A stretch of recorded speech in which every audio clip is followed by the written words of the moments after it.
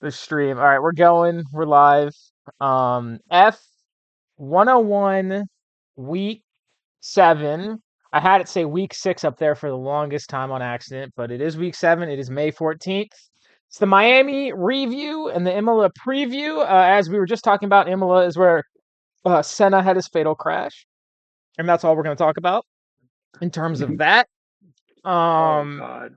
But there's a lot. I have a lot. I have more to talk about than I've ever had. A lot of that is because of the current events that are happening in the sport. But before we do that, we have to do the Miami review.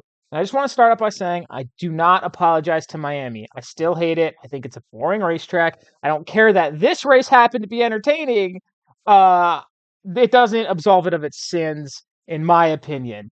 Um, the sprint finishing order was Norris, Piastri, Hamilton, Russell, Stroll, Tsunoda, Antonelli, Gasly, Hulkenberg, Hadjar, Albon, Ocon, Lawson, Behrman, Bortoletto, doing Verstappen, DNF, Leclerc, Sainz, and Alonso. 3, 4. So Gasly got the last of the points in that. 1 point. We're 1 not point, baby. last. We're not last. No, they're not. There they are. 1 point ahead of Kick Sauber. Go midfield. We So made it. not the back of the pack. Quick sprint notes, just to go through it really quickly. Leclerc crashed on his way to the grid, and the sprint got delayed due to rain. After that happened, they're like, oh, I guess it's not safe enough to race. Verstappen got a 10-second penalty for an unsafe release in the pits, entirely on the team, not his fault. And then Albon had a safety car infringement. Behrman had an unsafe release, and Lawson caused a collision with Alonso. They all got 5-second penalties. Lawson basically knocked out Alonso, which brought the safety car, which allowed Norris to win. He got very lucky on the timing. You can't deny it. Me and Nate already talked about that. I texted him verbatim. Lando got so lucky with that safety car. Even you can't deny that. I won't deny it, but luck is a skill. Luck is, it's all, it's all. Lando's made some comments about luck before that would paint his lucky wins in a negative light. It's okay. That's I disagree with him on that. Yeah. So that was the sprint. It actually was relatively entertaining with the rain. Everyone went into the pits because the rain let up and it was clear enough for slick tires towards the end. That's how, and with the safety car shenanigans, how that happened. Lawson continues to fight with old man Alonso. It happened a lot last year where Lawson just had beef with Alonso for no reason, and it seems like that's continuing. And it's probably just because Lawson is at the back where the Aston Martin is. And the Aston Martin is easy to pass, except it's Alonso, and so he makes it harder to pass, I guess is kind of where it's coming from, and why they're fighting each other so much. Because realistically, Lawson should not be in the back with the Aston Martin in terms of car pace alone. So that was the sprint. It was relative. It was pretty good. The race finishing order: Piastri, Norris, Russell, Verstappen, Albon, Antonelli, Leclerc, Hamilton, Sainz, and Tsunoda rounding out the points. 1 point, baby. And then Hadjar, Ocon, Gasly, Hulkenberg, Alonso, and Stroll. Ewan, Behrman, Bortoletto, and Lawson all did not finish, all for various reasons, which we'll get into. Good day, Oscar Piastri, Alex Albon, and Lego, the company. Bad day, Ferrari, most rookies, and the Lego cars that the drivers drove in the drivers' parade, and Oscar Piastri's dance moves. What do I mean by that? Oscar Piastri makes it 4 wins in a row, 4 wins on the year, and 3 in a row. The first McLaren to do so since Mika Hakkinen, who won the World Championship that year in 1998. And then Hakkinen went on a sabbatical, and he was like, I'll be back. And he hasn't come back yet. So every time there's driver rumors, it's kind of like the Alonso's a rookie joke. People are like, Hakkinen's coming back from his sabbatical for sure. And he's the 4th ever McLaren to get 3 in a row, along with Senna and Prost. So that's a pretty good club to be in. And then he proceeded to hit the worst gritty I've ever seen in my entire life. That shit was ass. He didn't even fully commit. He just gave up. He just forgot. Yeah. He did it for 2 seconds. He put himself out there. He upheld his end of the bargain with Jay Jettis. Yeah. I don't know if I'd say he held up his end. He did it for like literally half a second, and then gave up and didn't do it. Because he realized, it was a lost cause, but he went and he went through the trials and the tribulations to realize it was a lost cause. I think he's got to redeem himself next race. If he wins again, every time he wins from now on, He's got to do a not different I think TikTok dance. Dave.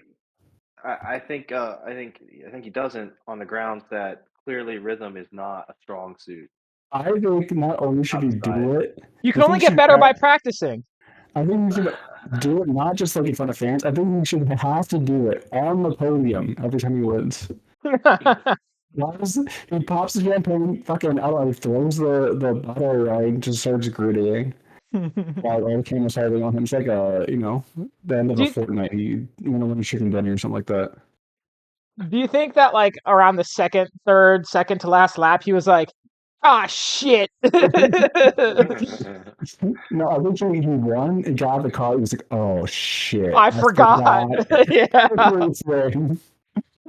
So to round up Piastri and his his dance moves, he has the now third most consecutive race finishes at 34 in a row.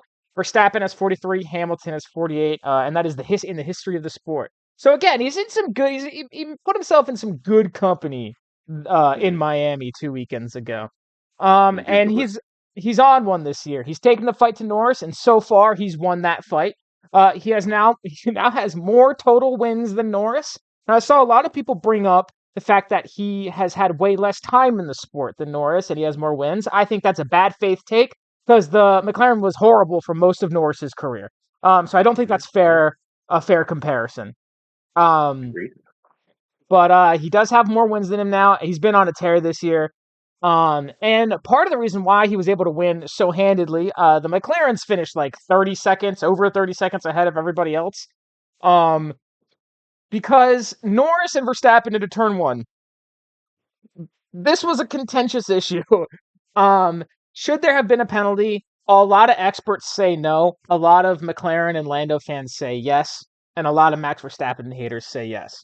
But Mm, I don't think there Oh, should have been a penalty. I you mean, do I feel like I'd you d- rather see you them. don't, right? You said I don't. don't. I don't feel like there should be a penalty. I said a lot, not Like, all Lando fans. like, don't get me wrong. I could see people going like, yeah, like Max kind of stretched his elbows, but like it, it happened. It's happened multiple times. Like, I feel like if Max is gonna get the penalty there, then Oscar would have gotten the penalty before, and I kind of want that Oscar win, Mhm. respectfully. Um, and I feel like that is genuinely a racing incident. I mean, like I've never obviously been in the F1 car or even like karting seriously. Um, but I mean, I as like a runner and like having competed in like foot races, that shit happens all the time. I know the stakes are a lot higher, thus like why there are, rules against it and stuff. But like the way I see it, it's a racing move.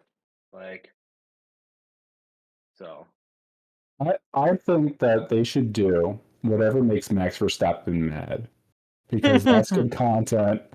And if nothing happens during the race, that's like what everyone talks about for next week. They got nothing to talk about. Let's talk about Max Verstappen getting mad at the FIA. Just we will make sure that there's something new cycle to get us to the next race. So let's make Max Verstappen mad every week. Don't So we worry, have something. Dave. They will find something to put in the news cycle, and it's always garbage. um, There's a lot so of news cycle these couple of weeks. I'm sure we'll get to it. there's real news, yeah, but usually when there isn't real news, they are putting out the craziest things. Yeah, Um, that's why they like to make Max Verstappen mad so that they can have that in the news instead of the garbage. all right, you know what? That's true. Fair enough. So yeah, should there have been a penalty? Nate summed up my feelings. No.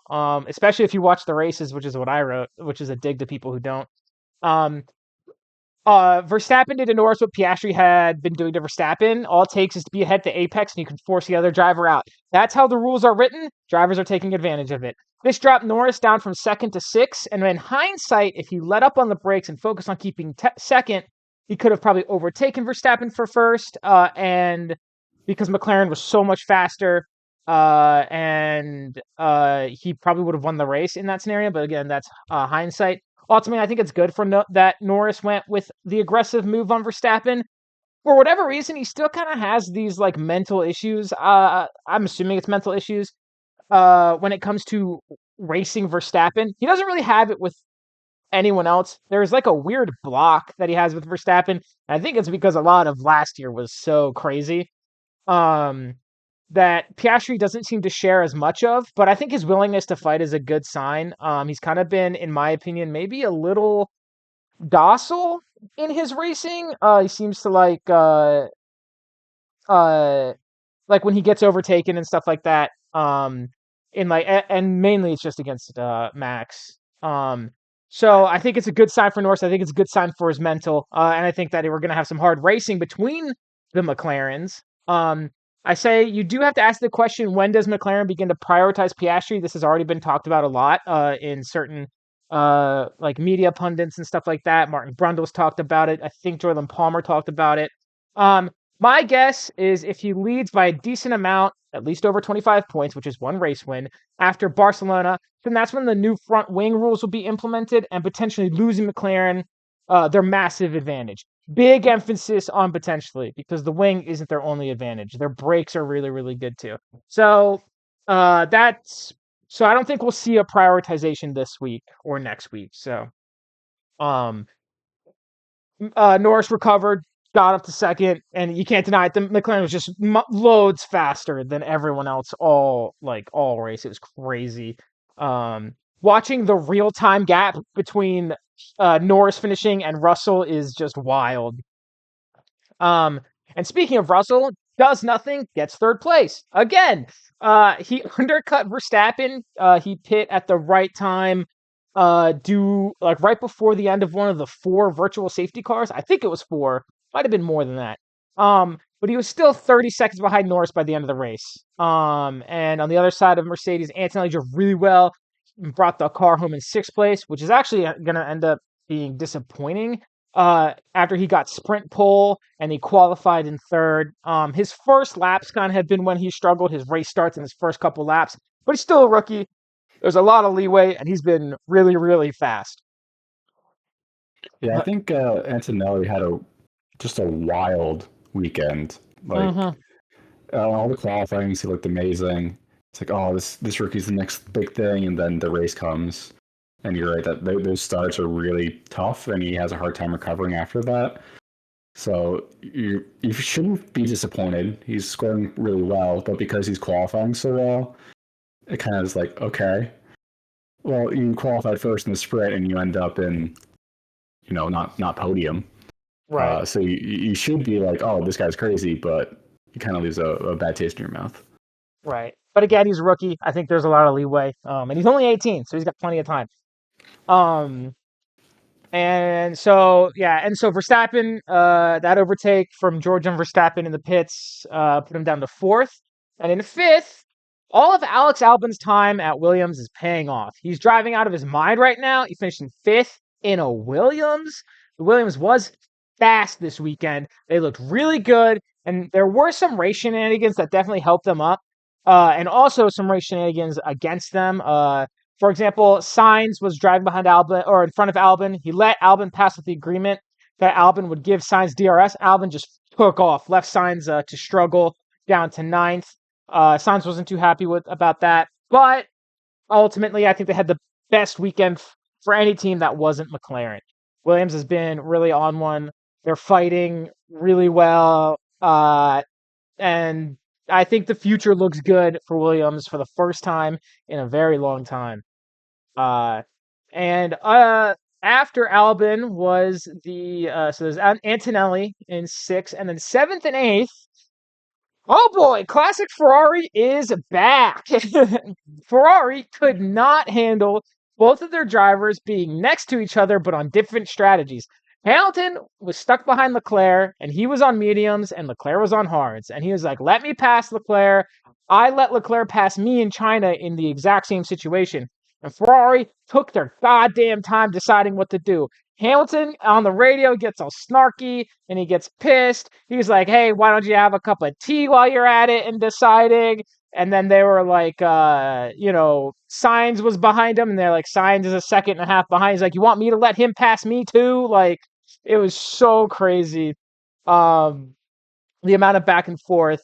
Ferrari eventually let him by, but his tires were cooked by then. He couldn't do anything. And so they let Leclerc back in front. Leclerc was not happy about any of it either. He was having his own issues. And for a team that finished last year so strong and had such high hopes, what happened? They just, I mean, if you've been watching F1 for a while, you shouldn't be surprised because it's Ferrari, but there's always this hope for Ferrari and they always snuff it out. And it was a mess, their strategy and their Lewis radios. Hamilton is so British.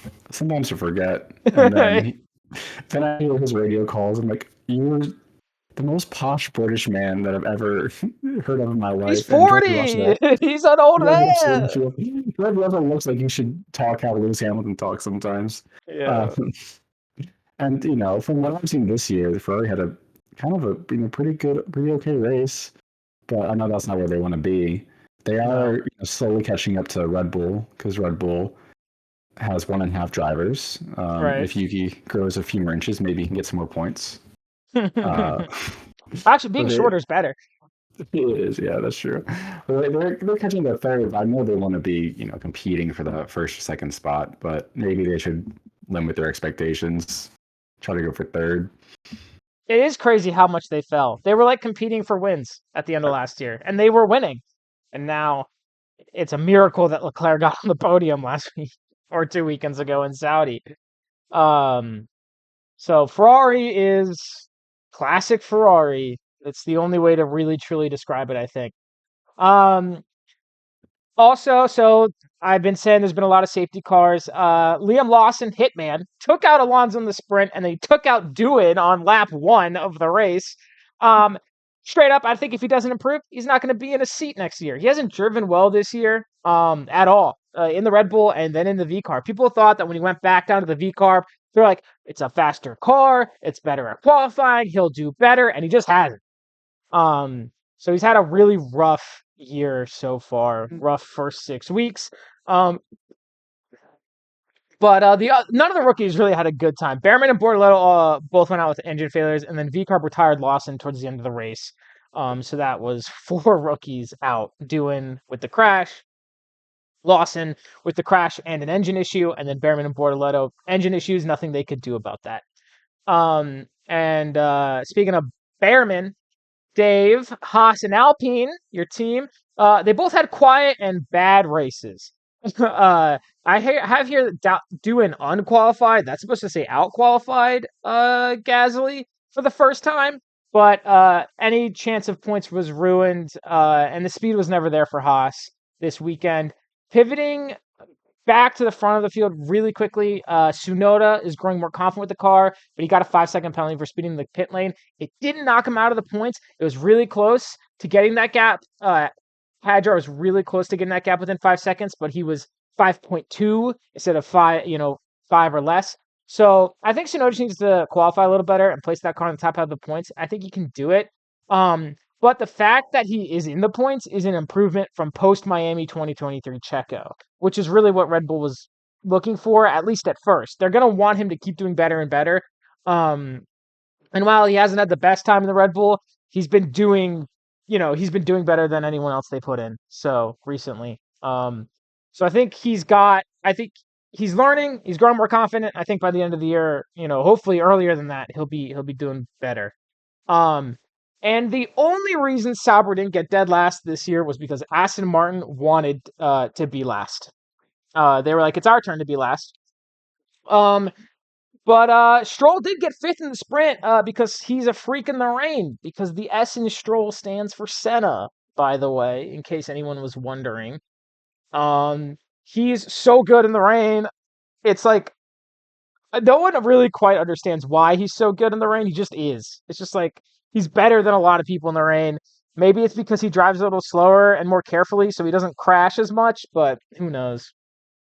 It's wild because Alonso, every time Stroll doesn't get points, Alonso's outracing him.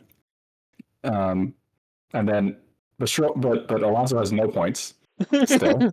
Yeah. And Stroll has 14. Stroll has more points than uh, 3 entire teams by himself. And it's from rain. He keeps on. When it's not raining, he qualifies 20th, like multiple times. I He's don't understand. I guess he's just so good in the rain. He's just different. He's built different. He's a wet boy. Since Jason Tatum's out for the rest of the playoffs and probably the rest of next year, we can give the anomaly a nickname to Stroll. Thoughts? Yeah. Let's have Stroll show up I to am Madison not here Square for this Garden. garbage. Oh my word. The Let's have, anomaly. No, don't you. he's kind of How wearing dare. green. He's wearing green. He could play basketball, I think. Do you think Von Stroll could play basketball? Stroll is Oh, the it's not so anomaly. much Stroll. I just the garbage from Tatum here. I'm sorry he got hurt, but Who's I the don't. anomaly? What are you talking about? He won a championship with no race. There's no race in his Yeah. other team, and they won the championship. That's an anomaly. No aura, Jason Tatum. Before this becomes a basketball podcast, let's move on. So I didn't write anything about it, but I did mention Legos. The drivers were in functional two-seater Lego F1 cars for the drivers' parade, and they were having. It was like everyone was having so much fun. I've never heard all the drivers laugh like that. Like Lewis Hamilton was giggling. But they couldn't help but like do a destruction derby with them. They kept running into each other. It was more fun that way. Do you know It who was won that awesome. race? Do you know who won that race? That's Who? right, Alpine. Alpine won that race.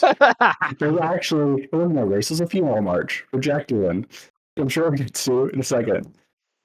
It was beautiful. This week's certified Ferrari moment goes back to Ferrari with the radio drama and inability to handle any sort of strategy. And my pick the podium little stat is deja vu. Last time Max picked Piastri, Norris, Verstappen as his podium was in China when the finishing order was Piastri, Norris, Russell, which happened again in Miami. 2 for 2 on getting that wrong in that exact way. So that's Miami. It's 2 weekends ago, so it's not as fresh in everyone's mind. But it was a good race on a track that I don't like, so pleasantly surprised overall. And there's a lot of good drama. Yeah, I had mixed feelings because on one hand, Alpine got a point and we're not last. On the other hand, Lance Stroll got points. I don't know how I feel about that. Well, Alpine, I don't know. Speaking of Alpine and speaking of drama, we got to get into it. Let's just go into it. Breaking news. This is Oliver Oakes resigns as Alpine's team principal on May 6th. This is 2 days after Miami. With famed cool guy who's never done anything wrong, Flavio Briatore, taking over. Now, I'm just going to skip down to where I had it. Here it is. Did I put it in? I think I did. Yeah. So Oakes resigns. Came a week after his brother was arrested for using illegally obtained Russian funds for High Tech Grand Prix, which is the team they both own and formed. And they race in F2, F3, and other circuits. Where are these Russian funds coming from?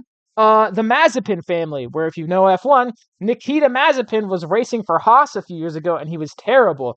But they brought in a lot of money to Haas because the dad, Dmitry, owns a fertilizer company, and that was the Haas's title sponsor that year. And then they had to kick Nikita out of the sport because Russia invaded Ukraine. And in the meeting where Putin decided that he was going to invade Ukraine, Dmitry Mazepin was in that meeting. So, and then they also owned High Tech, but then they transferred ownership and changed it to High Tech Grand Prix to Ollie Oakes and his brother, and they kept funding them. And so his brother was arrested with like 30, like I think it was like $3,000 of cash in cash. Like it was like an illegal cash hoard and like something else. It was crazy. And Oliver Oakes has since fled to Dubai because they don't extradite. That's my team. You know what? Well, That's my it gets team. better. This puts Briatore in as team principal, which is wild by itself. given his history in Hmm. the sport with Crashgate. But we've talked about Briatore already. I think I talked about it in week 0, so go listen to that. The Uh, French courts found he did nothing wrong, okay? Not true. He admitted to doing wrongdoing. The French courts found that the ban was not worth it, like was not a worthy ban, and so they overturned the ban. They didn't overturn his conviction, just the ban. He did nothing wrong. That's my Bill Belichick. He's the Italian Bill Belichick with some more of his acumen. That's my man. He's going to bring us the promised land. No matter how he does it, he's going to get us It's there. No matter what the FIA tries to, how they try to stop him. Here's what's gonna happen. Safety car shenanigans are going to happen, and Pierre Gasly is going to be in first place with a few laps left to go. Colapinto is going to crash, unrelated, not ordered to, but totally on accident, giving Pierre the win, and everyone's going to look right at Briatore and be like, hey, man, twice? So, Rico, I'm ready. I'm ready. I want that win. I don't care. I so, don't care. yeah, if they win, they win. Finally, I That's mentioned fucking Colapinto. insane. Sorry. Alpine boots Colapinto out or Doohan out for Colapinto, and they put Colapinto on a 5-race contract. Doohan had a 6-race contract, so they're giving Colapinto one less race. But putting Colapinto on a shorter contract than Doohan is objectively horribly managed, which is par for the course for Alpine's driver management with the whole Piastri thing. Sure, Colapinto brings in Argentinian sponsors with big money. Doohan didn't have that kind of leverage, so it's clearly money based. Colapinto last year replaced Sargent in Monza at Williams, and that had issues of its own. Sargent had zero support from the team. Vowles ignored him. Vowles has great PR, and everyone just ignores how horribly he treated Sargent throughout the year, especially like with the Australia and giving Albin Sargent's car after Albin crashed his own. Mm. Colapinto initially impressed in his stints. He became the shiny new toy of the sport to the point where Red Bull was going to offer him the seat. And then he crashed a bunch in the last few races and totally ruined his stock. No one talked about him like ever since. But Alpine bought his contract from Williams for $5 million. It was a done deal that Colapinto would replace Doohan. But for 5 races, what do they do after those 5 races if Colapinto isn't good? Do they bring in Paul Aaron, who's like their junior driver? And then what do they do? Because you can only have 4 drivers race for your team in any given year. Do they go back to doing? It just doesn't. Like, what are they doing? Alpine's management has been horrible for years, and it's not getting better. There's a reason Ricciardo left for McLaren. Cyril got booted out. He wasn't great, but he wasn't as bad as it has been. They've had like 4 team principals in as many years. It's a total mess. They lost Piastri, which for Piastri is going to go down as one of the best career decisions in the sports history to go to McLaren. And say what you will about Red Bull, but at least their junior drivers actually get a shot. Verstappen, Tsunoda, Lawson, Hadjar, Sainz, Albon, and Gasly are all from the Red Bull racing program, like the junior program. Lawson. Huh? Did you say Lawson? I'm Yeah. not sure he's in there. Yeah, Okay, Verstappen, Tsunoda, Lawson, Hadjar, Sainz, Albon, and Gasly. That's what is that? 1, 2, 3, 4, 5, 6, 7 of the current 20 drivers. I think a few years ago it was 10 of the 20 drivers. So at least Red Bull juniors actually get a shot. Whereas if I'm in the Alpine junior program and this is what I have to look forward to, it's not good. Now here's the way to get around that pesky 4 driver whatever, right? Have you ever heard of Dolly the sheep? Yeah. Yeah, we're gonna do that. I haven't decided whether we're gonna have 2 Pierre Gasly's or we're gonna clone Yuki and just have him drive after Colapinto. You know, the Red Bull can still have Yuki. We'll have a different Yuki. Okay. Let's make it work. We don't need to rely on our junior drivers. We'll just, clone one. All right. Well, I think there's also Alpine has 8 reserve drivers. So I don't know. It's such a disaster over there. And it's just in time for Imola. And this is the full name, is the Formula One AWS Gran Premio del Made in Italy del Emilia Romagna 2025 Grand Prix. It's the longest name for the Grand Prix. It's comically long every year. I think they do it on purpose. It Are they is the sponsored home by race. Amazon Web Services? They are. And Gran Premio, which is a watch company. I think it's a watch company. Um, it is That's Kimi's, Antonelli, Ferrari, and V Carb's home race. All three. Kimi is from Italy. Ferrari and V Carb are based out of Italy. And the qualifying is Saturday at 10. The race is Sunday at 9. the race name is almost as good as the French League One soccer league, which is called Uber Eats League One. That's really good. That's That's awesome. you I have to say can't Uber Eats. wait. I can't wait till we get like Amazon.com NFL. We're almost there. I'm That's what I'm saying. We're very close. we're almost to YouTube TV NBA. You still won't be able to watch it on YouTube TV though. we're gonna have some Grubhub baseball games. That'd be awesome. So yeah, Imola. You thought Miami was boring? Just you wait. It's just hard to overtake here. It's not impossible. It's not as bad as Monaco, but the track is really narrow in a lot of places. And they've never widened it, so it does get really hard. The biggest saving grace is that it usually rains. They always race during rainy seasons. Stroll Masterclass, potentially. You never know. Oh Um, God. so that is, the quick and dirty on Imola. Oh, and then as we mentioned, Senna, and I think Ratson, his name. I think he also died at Imola. But people don't die here anymore. They changed the track, they made it safer, and they made the cars a lot safer. So no one should die this time around. Now to the actual race. This is usually the first race where every team brings a substantial upgrade package, and that is because it's the first European race of the year, and with its close-ish proximity to the UK or France or Italy for some teams, where every team has a factory. Every team has a factory in the UK at least. It makes it cheaper to fly these bigger upgrades in. So with the cost cap, that's usually why. But Ferrari has already said they're waiting for Spain to see the front wing changes. And I think a lot of other teams are going to follow suit. So we may actually not see as many upgrades. But this is usually around when the big upgrades start happening. Usually you see the upgrades in the European races because it's cheaper. And then you'll see them in the end stretch as well as it gets closer to the end and people are trying to fight for certain positions. McLaren is still the team to beat, and with overtaking so hard in Imola, their amazing pace is really going to only help if they start 1-2. And they haven't been invincible in qualifying. Verstappen, Russell, Antonelli, Leclerc, Hamilton, Sainz, Albon.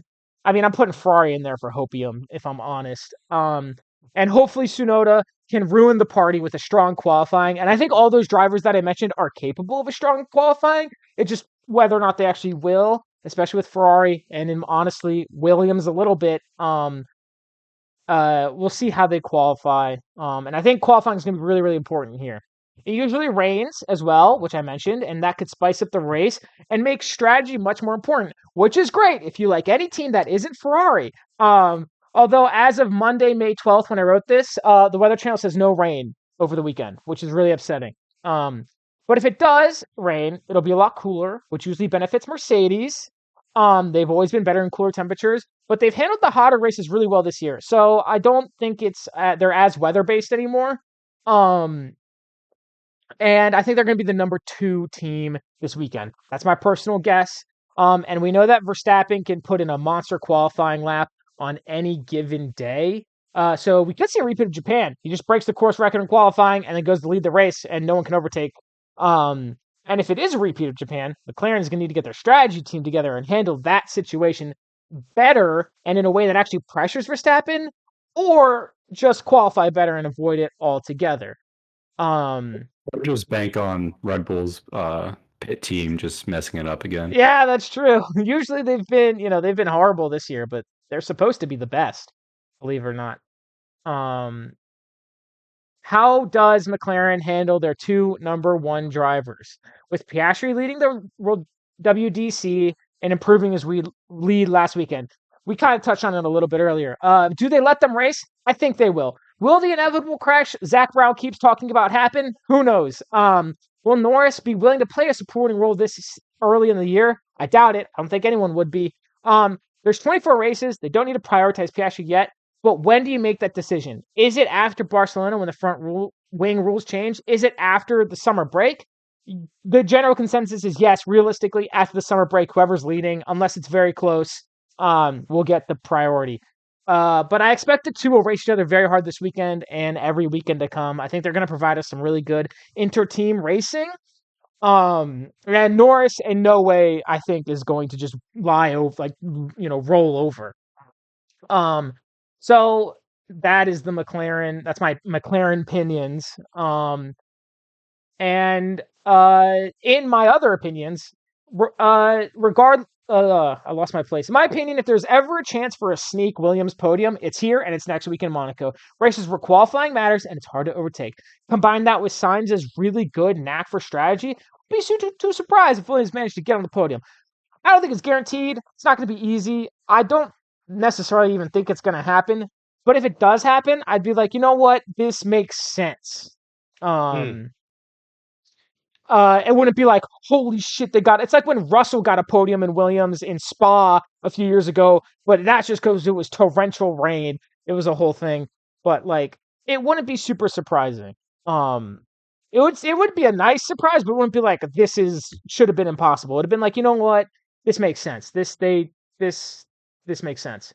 Has anyone outside the top 4 teams made a podium yet this year? Not this year. I don't think so. Or last year. Or the year before that. Or the year before that. Or 2022. 2021 was the last time it happened with Pierre winning in Monza. Let's go. And AlphaTauri. Top 4 this year because I think Leclerc. I guess Hamilton won a sprint, but Leclerc got third. One of these races. He's in the top 4 teams though. I'd still put Ferrari above Williams, at least on base level. Although who knows? Maybe if both teams continue on their trajectory, Williams will probably pass Ferrari. If you have enough certified Ferrari moments, eventually you're going to be Ferrari. Yeah, exactly. That's probably words of wisdom.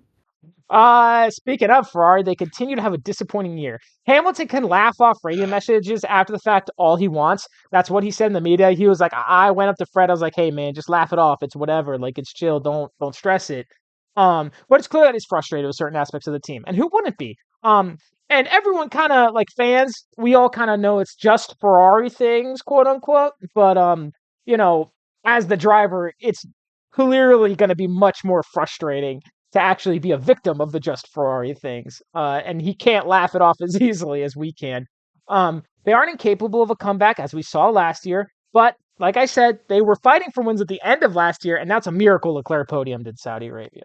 So they got to get it together. It's a home race for them. The Tifosi is going to be out in force. Hopefully that, gives them a little extra speed. I think Ferrari runs on vibes a lot of the time. So if the vibe at the track is good, they could do well.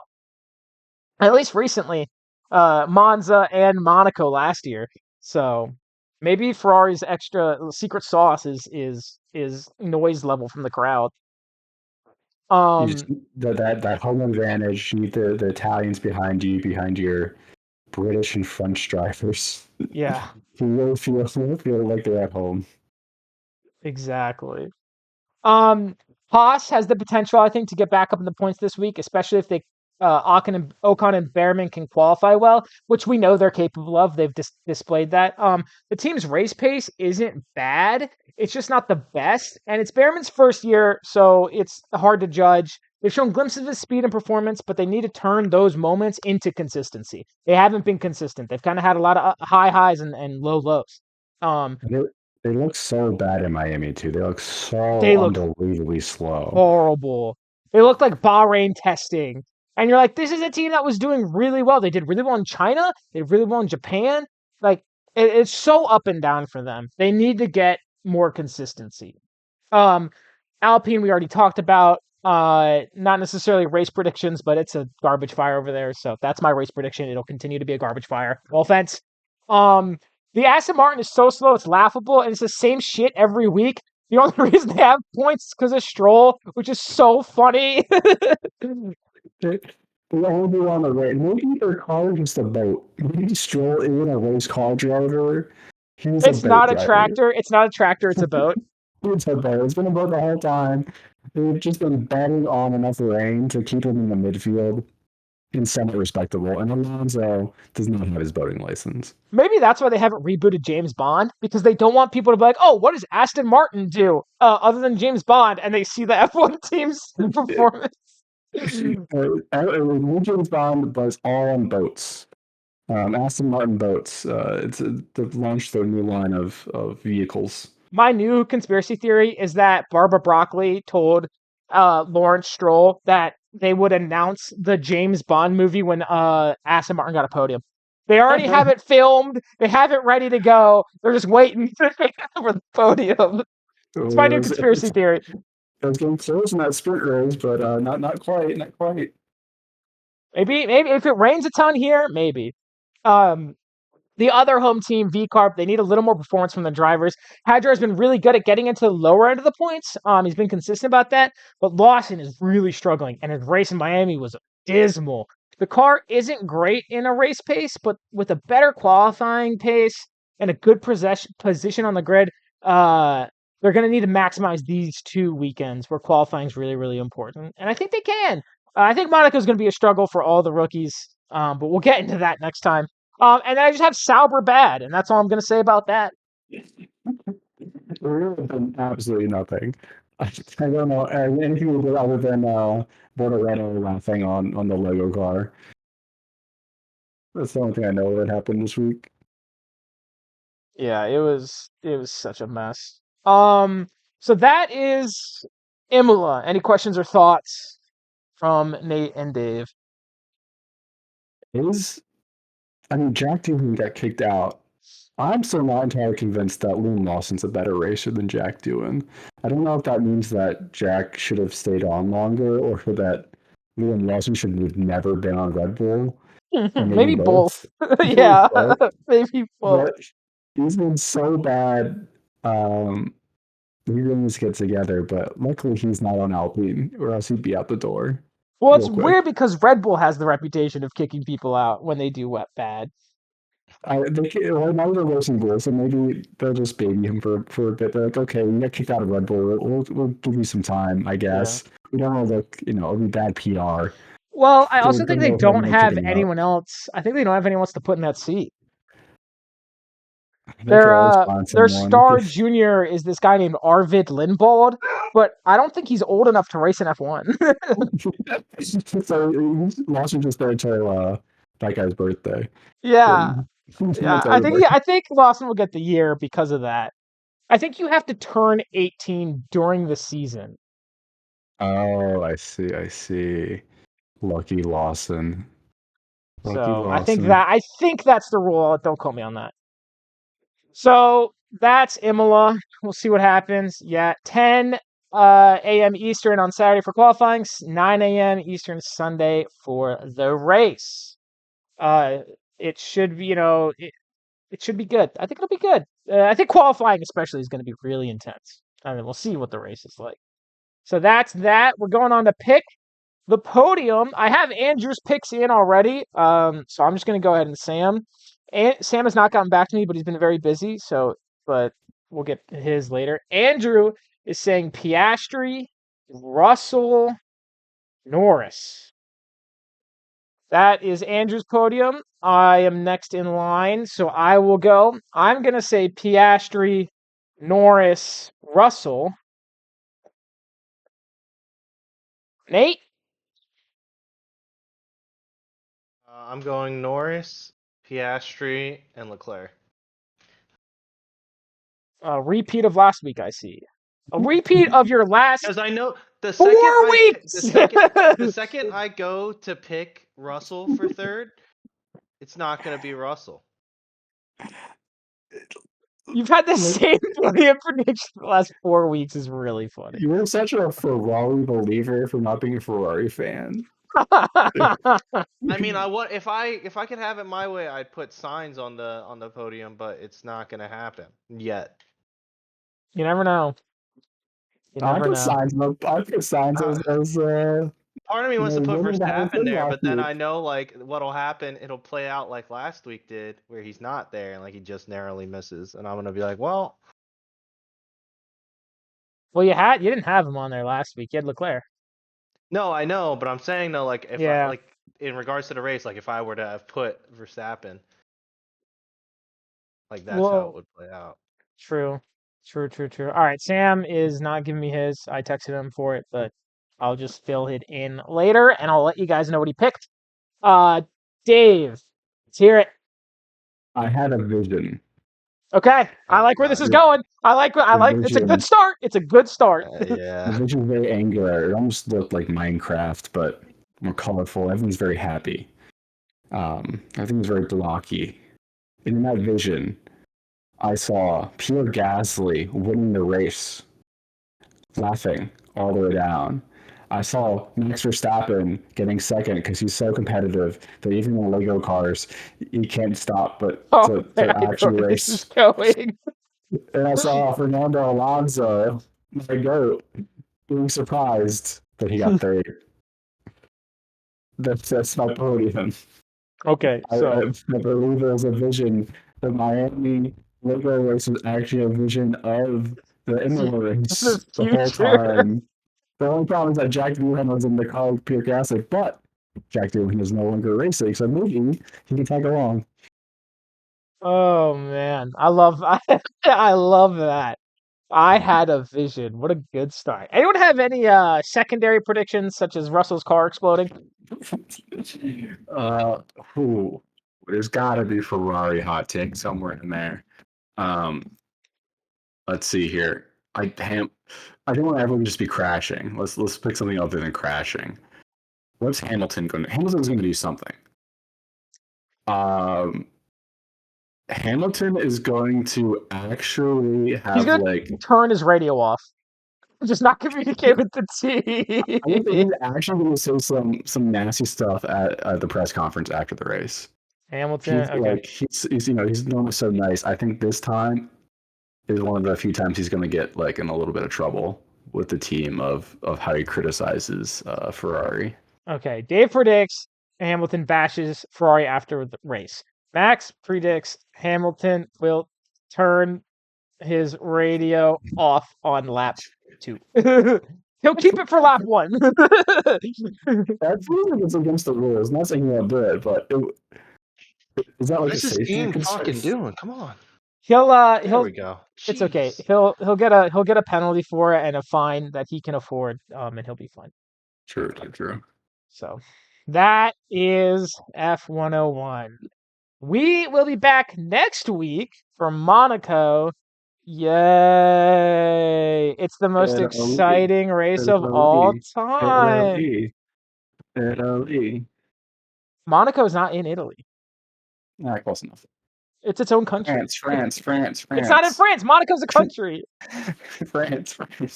So, Oh my Monaco, we will be back for. It's the glitz, it's the glamour, it's the most boring race on the calendar, and it's my birthday. So it'll be a fun time. Maybe you'll finally have an exciting Monaco. If Tsunoda wins, I'm gonna cry. If Tsunoda wins ever in his whole career, you're gonna cry. That's true. That is true. Monaco is just always on my birthday weekend, and it's always so boring. It's so annoying. Last year was fun because Leclerc won, but the race itself was a snoozer. Max Verstappen was driving. He's like, "Bro, I should have brought my pillow." He was saying that on the radio to his engineer. Well, I don't think you have to worry about Ferrari winning this year. So No, I don't think they so still have either. that. But Nate 100% is going to put Leclerc on first. I just know it. I just know I don't it. think he's gonna. No. I'll put it. Oh, I'll be putting Lando there. Are you going to break Dave's record for the most consecutive first place predictions? It's 14. Maybe. It's 14. So yes, we'll be back next week, same time-ish, probably, for Monaco. No shot that hits me. What? All right. Well, good night, everybody.